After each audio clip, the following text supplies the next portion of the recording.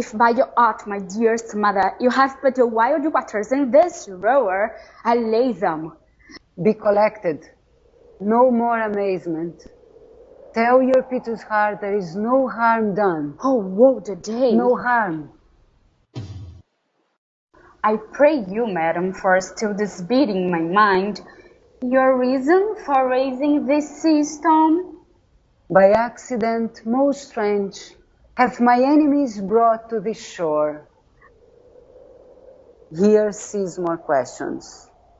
Thou art inclined to sleep. I know thou canst not choose.